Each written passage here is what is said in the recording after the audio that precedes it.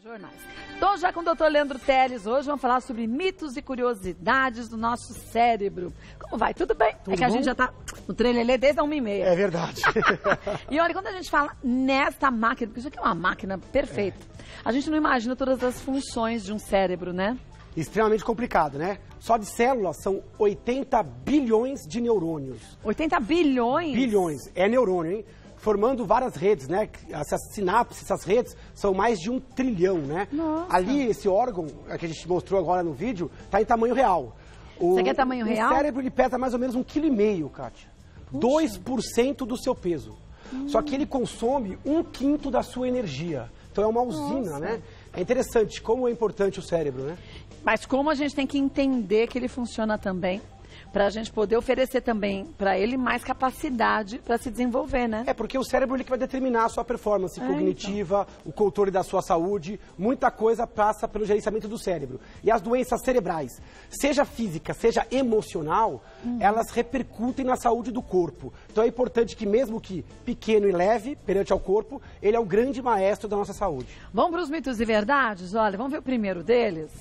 Quanto maior o cérebro, maior a inteligência. Esse é uma lenda urbana, mito total, né? A inteligência, ela não tem a ver com o tamanho, né? É igual o computador. Tem computadores pequenos que têm uma potência maior. Então, não vale para a espécie isso. Pegar o Albert Einstein, um cara tido como um cara inteligente, o cérebro dele era do tamanho normal. Ele não tinha mais cérebro, ele tinha a melhor função cerebral. Isso depende das conexões e da onde estão essas células. Isso também não vale quando compara o ser humano com outros animais. Não? Tem animais que têm um cérebro maior, por exemplo, elefante, baleia. Um cérebro de um elefante pode chegar a 6, 7 quilos. Puxa. O do ser humano, 1 quilo. E nem por isso eles têm uma inteligência maior. Então, não é uma questão de tamanho. É mais uma proporção entre o tamanho do corpo e da cabeça e aonde estão esses neurônios. Tá? Agora, só a relação entre o tamanho do corpo e o cérebro, isso também não mostra muito a verdade. Tem um saguizinho que tem um corpo pequeno e um cérebro grande para o tamanho do corpo, mas que não é lá grande coisa em termos de inteligência evolutiva. Então, o tamanho não é documento. O que importa é a performance mesmo. Tá. Vamos ver mais uma?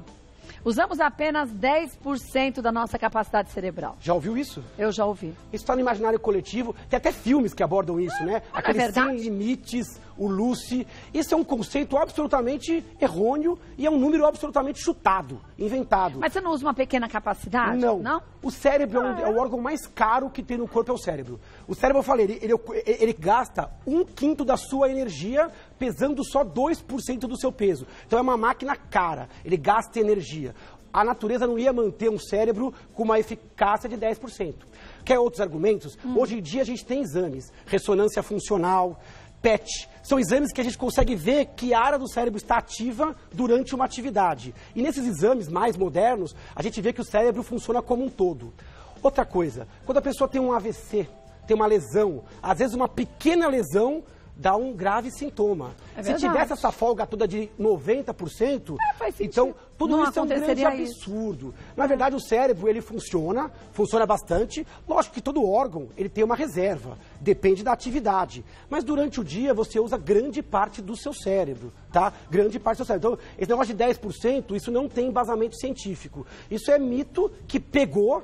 E lógico, aí você fala, então sobra 90%, aí entra uma série de questões, às vezes místicas, ou pílulas que fazem o cérebro funcionar. Os outros 90% funcionam. Exatamente, então cuidado, você consegue melhorar um pouco o seu rendimento, mas a reserva do cérebro é pequena, em torno de, sei lá, você deve usar uns 80% durante um dia.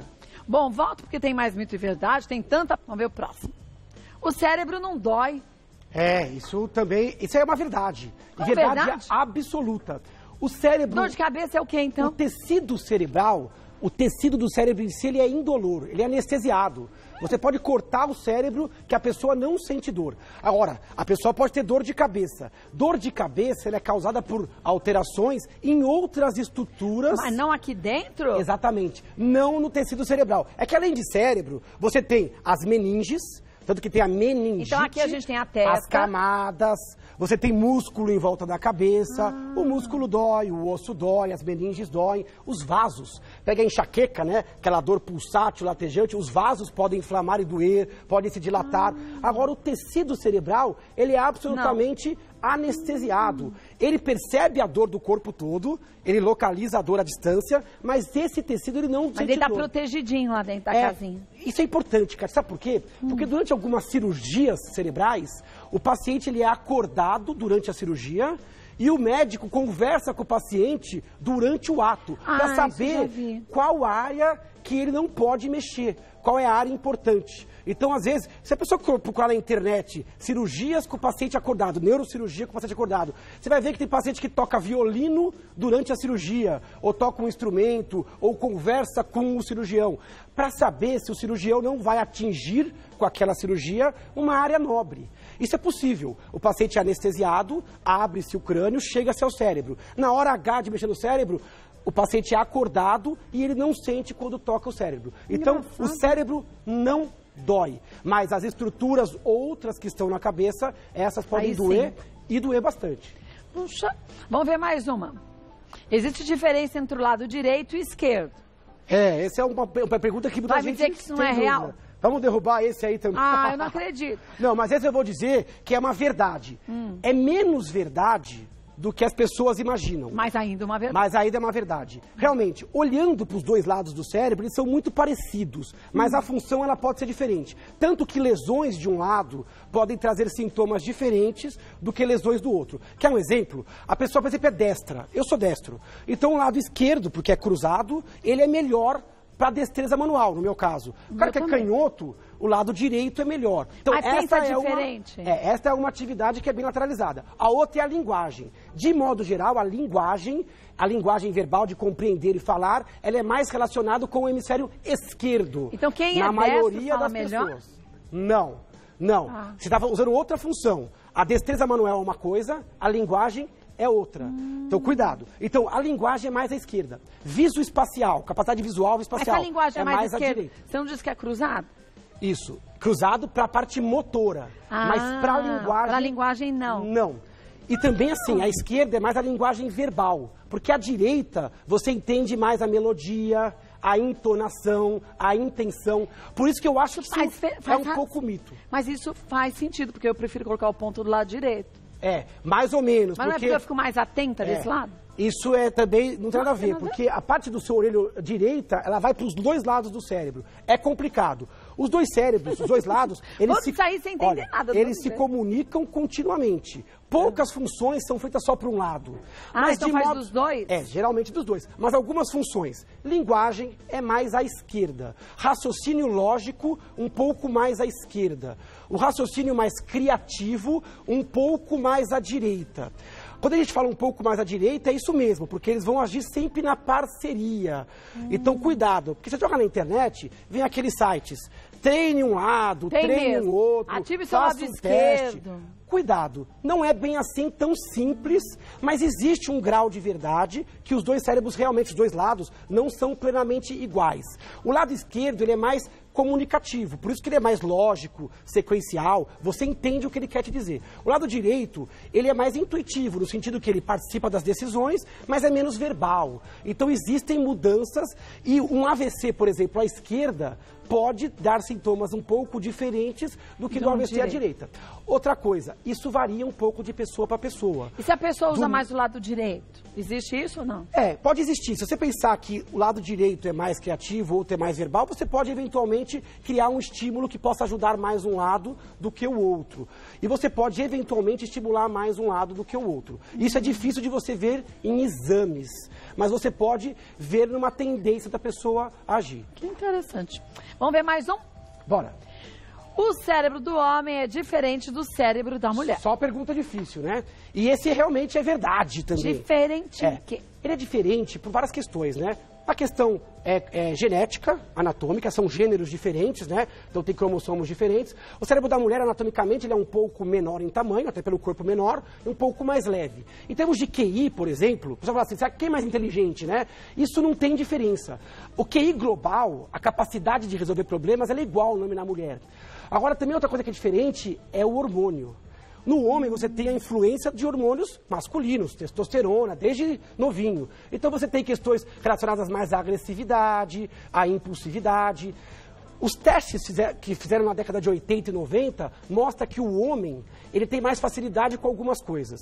Viso espacial, questão lógico-matemática, o homem tem uma performance um pouco maior. Não se sabe se tem uma questão cultural também nisso. Pode ser porque também. nós que você testa as pessoas adultas e elas estão sob a influência da cultura. Tanto que essas diferenças hoje em dia, elas são menores. Porque hoje em dia a mulher já saiu, busca o mercado de trabalho e já está em pé de igualdade, se não até superior em várias áreas do conhecimento. A mulher, ela vai melhor em algumas coisas. Em quê? Linguagem, empatia, se colocar no lugar do outro, gerenciamento de pessoas, percepções emocionais. Então existem pequenas diferenças, mas não é todas as mulheres, nem são todos Não os dá para homens. generalizar, né? Não. Então existe uma tendência de ter diferenças. Causas genéticas, causas hormonais e causas, essa eu acho que é a principal, Kátia, cultural. A gente é aquilo que a gente aprendeu a ser, Sim, verdade. aquilo que a gente espera. Então, por isso que é importante trabalhar sempre a autoestima, entender que o potencial de ambos os sexos é o potencial de igualdade. Volto que tem muita pergunta que surgiram. Dúvidas? Milene, é verdade que as crianças se recuperam muito melhor de lesões cerebrais do que os adultos? Excelente pergunta, verdade, absoluta. Por quê? A criança, ela tem mais plasticidade. Ela já nasce, parece que ela nasce um pouco incompleta, né? O bebê humano, ele é muito frágil, né? Ele não enxerga muito bem, não anda ainda. Parece que grande parte do desenvolvimento cerebral humano, ele é fora do útero, né? Isso, então, torna o cérebro muito mais dinâmico nessa fase da vida. Se você tem, por exemplo, uma isquemia, um AVC, você pode ter desenvolvimento de outras áreas, porque esse cérebro ele é muito mais plástico, ele se molda melhor às dificuldades. Na vida adulta isso é mais difícil, por isso que o risco de sequelas diante de uma lesão cerebral é maior em pessoas mais velhas e menor em pessoas e criancinhas. Às vezes você vê lesões grandes em crianças e você olha para a criança e não percebe grandes alterações, porque a natureza já deu uma forma de desenvolver outras regiões. E a conexão dos neurônios é muito mais rápida também, né? Ela é mais rápida, porque a criança é uma grande esponja, né? É. O desenvolvimento é absurdo. Quem tem um bebezinho em casa, logo sou eu que vou ter, né? Que a minha Vai nascer no meu aniversário, 1º de fevereiro. Vamos você ver, vai? tomara. Agora, você vê um bebezinho e você vê que de uma semana para outra ele já adquiriu uma nova evoluiu atividade. demais, né? Então a evolução, ela é muito rápida e é muito visível na criança. Lógico, passada essa fase, aí o cérebro ainda continua dinâmico, porque a vida inteira você continua fabricando neurônios e tecendo novas redes. Mas lógico que isso acontece numa menor intensidade mais Mas velha. tem como a gente, de alguma forma, manter, mesmo com mais idade, essa conexão e reconexão de neurônios? Tem. O cérebro, Kátia, ele é moldado de acordo com a vivência. Quem molda o cérebro é a vivência, o grau de dificuldade. Se você se mantiver numa zona de conforto, com pouco estímulo cerebral, o seu cérebro ele tende a funcionar abaixo. O corpo ele é preguiçoso, é igual o nosso músculo. Para de fazer exercício, fica parado em casa, você vai perdendo massa muscular. Perde rápido. É. No cérebro, isso pode acontecer em algum grau. Então é importante você manter o cérebro sempre ativo. A alta escolaridade, trabalho intelectual, mesmo depois de se aposentar, leitura, que é uma das atividades mais completas do cérebro, tudo isso protege, mantendo o cérebro ativo, vivo. Isso leva a mais sangue, formação de neurônios e manutenção daquelas redes que você desenvolveu mais jovem. Então nunca é tarde para a gente começar a fazer essa musculação cerebral, né? Perfeita a colocação. Vamos ver mais uma? Vamos. Hamilton, você acha que seria possível um transplante de cérebro? Hamilton, pergunta curiosa, hein? Esses dias eu vi no Facebook um vídeo que estava rolando de um cientista que estava bolando um negócio assim. Eu vou dizer minha opinião. Tem um filme assim que eu já Uma assisti. opinião minha hoje. A medicina hoje é incapaz desse tipo de transplante. Você consegue trocar um coração, consegue transplantar um rim, transplantar o pulmão. Mas Agora o cérebro você não consegue. Primeiro, você tem que entender que quando você transplanta o cérebro, o cara que doa o órgão, ele é o receptor, né? Porque se eu tiro o cérebro de um cara e coloco no outro, na verdade, quando acordar, vai ser o outro cara que vai estar acordando. Então, na verdade, é diferente, né? Então o você doador... tira o meu, joga em você e você vira o que eu sou? Exatamente. Eu vou carregar suas memórias que estão armazenadas, vou ter o seu comportamento. Agora, por que eu acho que isso é impossível, Kátia? Porque hoje a gente não tem tecnologia para conectar o sistema nervoso. Impossível, Você não né? consegue levar o cérebro e conectar esse cérebro à medula de alguém que está recebendo. Para você ver, quando a pessoa tem um traumatismo e tem uma lesão na medula. A gente já não consegue recuperar esse cara, fazer a conexão do cérebro com o resto da medula. Todas as conexões. Imagina todas as conexões. Então a dificuldade é que você consegue levar o cérebro, talvez até consiga gerenciar o sistema imunológico para não atacar esse órgão, consiga ligar os vasos, só que você não vai conseguir conectar o tecido nervoso de uma pessoa com a outra. Isso por enquanto. Lógico que a medicina é uma ciência que se modifica. Pode ser que isso... Mas, por enquanto, isso é ficção científica. Hoje isso não é possível. Se fosse, seria uma bênção. Não para transplante, mas para você poder passar por cima de algumas lesões. A pessoa pode ter uma paraplegia, uma tetraplegia. De repente, se você conseguisse levar um cérebro que funciona bem para um resto de medula que funciona bem, isso seria uma bênção. E é isso que a medicina hoje procura. Vamos ver mais uma. Miriam, é verdade que o nosso cérebro diminui de tamanho na terceira idade? Isso é verdade. A partir dos 60 anos, todos os órgãos, eles têm uma perda funcional. A pele fica mais atrófica. O cérebro, na terceira idade, ele pode ficar um pouco menor. É super comum a pessoa faz uma ressonância, uma tomografia e vem assim um laudo. Atrofia compatível com a idade. Então, o cérebro mais jovem, ele é um cérebro mais gordinho, ele é mais cheio. Com o envelhecimento, ele é um pouquinho mais menor, um pouquinho mais atrófico. Mas isso não compromete nada, Não compromete. Né? Geralmente, isso é algo que você vê no exame, mas a pessoa não perde função. Se ela está perdendo função, tem que buscar ajuda médica, porque pode ser uma doença. E nesses casos de, por exemplo, demência, Alzheimer ou outras doenças, esta atrofia, ela é mais proeminente, ela é mais intensa. Então, o que se espera é uma leve atrofia, como acontece com o músculo, como acontece com a pele. Então, o turgor, a quantidade de água que você tem nos tecidos, ela vai se perdendo com a idade. Mas o músculo, se a gente voltar a usá-lo, ele volta a ficar mais firme. O cérebro, se a gente, na terceira idade, continuar buscando, cada vez trabalhar melhor ele, saindo da zona de conforto, você deixa de perder? Na verdade, você perde um tanto, mas você perde menos se mantiver um bom cuidado com o cérebro. Né? Você falou da atividade, mas eu vou citar outras coisas. Boa alimentação, bom ritmo de sono, controle de doenças clínicas que vão levando a machucados no cérebro, como pressão alta, diabetes, obesidade, colesterol alto. Então, cuidar do seu cérebro é chegar na terceira idade com um órgão globalmente mais saudável. Então, controle clínico, atividade física e mental e, óbvio, os bons hábitos alimentares, também evitar tóxicos, né? O cigarro aumenta isso, o álcool pode fazer uma atrofia ficar mais frequente. Então, em algum grau é normal, mas exagerado e com perda de função pode ser uma doença. Vamos ver mais uma. Bárbara, beber muito álcool e consumir bastante alimentos açucarados podem levar a danos cerebrais? Bárbara, mais uma pergunta bárbara, né? Uma pergunta excelente. Álcool sim. O álcool em quantidades pequenas é uma coisa. O álcool em quantidades moderadas, grandes ou durante longo tempo, esse pode levar a problemas mentais sim, cerebrais. Pode levar mais atrofia por lesão, efeito tóxico do excesso do álcool. Pode levar a carência de vitaminas, porque o alcoólatra, a pessoa que bebe demais, como ele é muito calórico, acaba se alimentando pior. Então, existem algumas pessoas que bebem muito, que tem carência de vitamina, e outro que quem tem mais... bebe mais, tem risco maior de quedas, de pancadas, de lesões também traumáticas cerebrais. Então, o álcool exageradamente pode piorar a saúde. A segunda pergunta é com relação ao açúcar. Imagino eu que ela está falando do açúcar refinado, esse açúcar industrial.